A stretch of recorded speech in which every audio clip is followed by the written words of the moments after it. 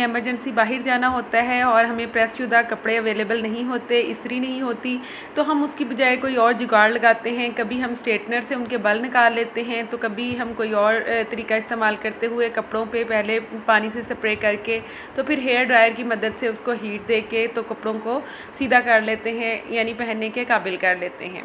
तो आज मैं आपके साथ कुछ ऐसी टिप्स एंड ट्रिक्स शेयर करने जा रही हूँ कि अगर हमें इलेक्ट्रिसिटी यानी बिजली भी हमने ना यूज़ करनी हो तो हम उसका कोई अल्टरनेट ऐसा निकालेंगे, हमारे कपड़े भी अच्छे से प्रेस शुदा ही नज़र आएँ और हमारी बिजली भी कम से कम यूज़ हो, क्योंकि आजकल बिजली के बिल बहुत ज़्यादा आ रहे हैं। तो मैं कुछ ऐसी टिप्स एंड ट्रिक्स आपके साथ शेयर करूँगी कि आपका बिजली का बिल ज़रूर रिड्यूस हो जाएगा।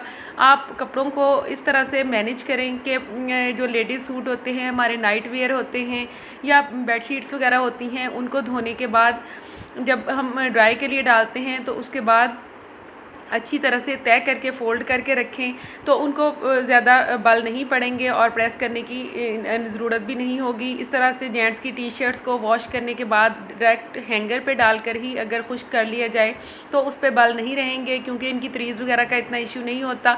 तो इसी तरह से खुश्क करें और इसी तरह से अपनी अलमारी में हैंग कर दें और वियर करने के बाद आप देख सकते हैं कि इस पर बल नज़र नहीं आ रहे हैं।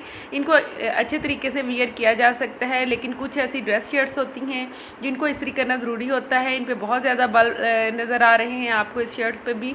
तो मैं बग़ैर बिजली यूज़ किए, बग़ैर इस्त्री यूज़ किए आपको इसका बल निकालने का एक छोटा सा ट्रिक शेयर करने जा रही हूँ। ये देख सकते हैं आप पहले कि इस पे बल किस कदर ज़्यादा हैं कि इस्त्री के बगैर ये निकालना पॉसिबल नहीं है।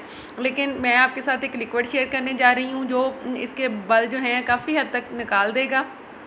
यहाँ पे मैंने एक स्प्रे बॉटल ली है और उसके ऊपर मैं ये कीफ रख रही हूँ। इसके अंदर मैं 1 गिलास पानी ऐड करने जा रही हूँ। सादा नॉर्मल टेम्परेचर का पानी चाहिए होगा, वो 1 गिलास मैंने इसमें डाल दिया है। साथ में हमें फैब्रिक सॉफ्टनर यानी जिसे कंडीशनर भी कहते हैं, कंडीशनर चाहिए होगा। ये 1 टेबलस्पून हम यूज़ करेंगे, जितने गिलास पानी होगा उतने टेबलस्पून हम ये उसके अंदर डालेंगे। मैंने चूँकि 1 गिलास पानी लिया है तो 1 टेबलस्पून ही मैं इसमें ये ऐड करने जा रही हूँ। इससे जो लिक्विड तैयार होगा उससे आपके कपड़ों पे कोई निशान नहीं पड़ेंगे। आप कोई भी सॉफ्टनर अपनी पसंद के परफ्यूम वाला यूज़ कर सकते हैं। इससे कपड़ों के बल भी निकलेंगे, कपड़ों पे एक शाइन सी भी आ जाती है और ऐसे लगेगा जैसे आपके कपड़े जो हैं वो बिल्कुल प्रेस हैं। इसको यूज़ कैसे करना है तो चलिए स्टार्ट करते हैं। उसको पहले अच्छी तरह से हिला लेना है कि और उसके बाद ये आप शर्ट देख सकते हैं जिस पे बहुत ज़्यादा बल थे, उसके ऊपर इसको इस तरह से स्प्रे कर देना है। अगर आप टाइम की बचत करना चाह रहे हो 4 से 5 शर्ट्स के ऊपर इसी तरह से इसको स्प्रे करके तो धूप में हैंग कर दें, इसके बल निकल जाएंगे। ये बैक साइड पे भी मैं इसी तरह से कर रही हूँ। बस आपने एक चीज़ का ख्याल रखना है कि जब ये अच्छी तरह से स्प्रे हो जाए, ये बाजुओं पे भी आप बल देख सकते हैं कितने ज़्यादा हैं, तो स्प्रे करने के बाद इसको आपने हाथों से दोनों तरफ से पकड़ के थोड़ा सा स्ट्रेच करना है, जिस तरह से कपड़े को खींचते हैं ताकि उसके बल जो हैं वो एक दफ़ा अच्छे से निकल जाएं। ये देखिए इस तरह से थोड़ा सा खींच देना है और बाकी काम जो सॉफ्टनर खुद करेगा और पानी से इसके सारे बल जो हैं वो निकल जाएंगे। अब ये इस तरह आपने छोड़ देना है, धूप में फैला दें, बेशक छाँव में रख दें, लेकिन 10 से 15 मिनट में जैसे जैसे ये शर्ट ड्राई होती जाएगी इसके बाल जो हैं आप देख सकते हैं कि तकरीबन ख़त्म हो गए हैं और ये तकरीबन 95% ऐसे ही शो हो रही है जैसे आपने इसको प्रेस करके हैंग किया हो। इससे आपके टाइम की बचत भी होगी, आपकी इलेक्ट्रिसिटी की भी बचत होगी और बहुत सारे कपड़ों पर ये ट्रिक जो है वो बहुत ही यूज़फुल रहती है। ये मेरी ट्राइड एंड टेस्टेड ट्रिक है। मैं अक्सर ऐसे इसे यूज़ करते हुए बहुत सारे कपड़ों को इसी तरह से सेट कर लेती हूँ।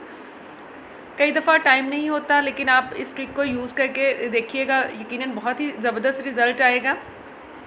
ये आप देखें।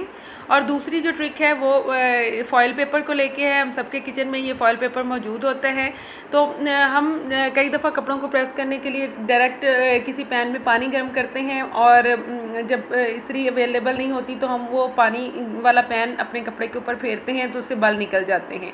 लेकिन अब हम इसमें पानी नहीं डालने वाले हैं। फॉयल पेपर जो है इसको अच्छी तरह से इस पैन के इर्द गिर्द रैप कर देना है। इसका एक फ़ायदा तो ये होगा कि हमें भारी पानी वाला पैन उठाना नहीं पड़ेगा, पानी को 4 से 5 मिनट गर्म नहीं करना पड़ेगा और जस्ट आप हल्के हाथों से इसको अपने कपड़े के ऊपर जब चला देंगे, अच्छी तरह से रब कर देंगे तो कपड़े के सारे बल जो हैं वो निकल जाएंगे। दूसरा, पैन जब बहुत ज़्यादा गर्म हो जाता है तो कपड़े के साथ चिपक भी जाता है। अब ये फॉयल पेपर की वजह से ये पैन जो है वो चिपकेगा भी नहीं। ये इसको अच्छी तरह से इस तरह से इसके बल निकाल लेने हैं और आपने इसको चूल्हे के ऊपर हीटअप करना है तकरीबन 35 से 40 सेकंड तक। 35 से 40 सेकंड तक ये फॉयल जब गर्म करेंगे तो अच्छी तरह से ये गर्म हो जाएगा इस तरह से। और उसके बाद आपने पहले कपड़े को सीधा करके रखना है जिस पे भी आपने इसको फेरना है। यानी मैं एक पैंट आपको प्रेस करके दिखाती हूँ कि इस तरह से भी कितने अच्छे तरीके से बल निकल जाते हैं। ये देखिए, बहुत ही आसानी से आप बल निकाल सकते हैं। ये पैंट की पूरी साइड ये एक दफ़ा गर्म करने से ही सेट हो गई थी और दूसरी साइड के लिए मैंने इसको दोबारा से गर्म करके तो इसके ऊपर फेर दिया था।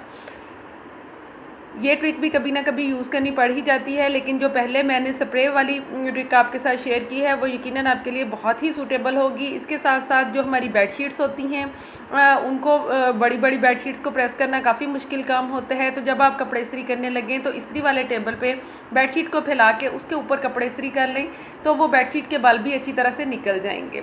यकीनन ये ट्रिक भी आपके लिए काफ़ी यूज़फुल होगी। इसी तरह से अपने टॉवल्स वगैरह और अंडर गारमेंट्स को पहले ही अच्छे से तय करके रखें कि वो देखने में ही इस्त्री शुदा लगें। यकीनन ये वीडियो आपके लिए बहुत यूज़फुल होगी। ज़रूर ट्रिक्स ट्राई करें।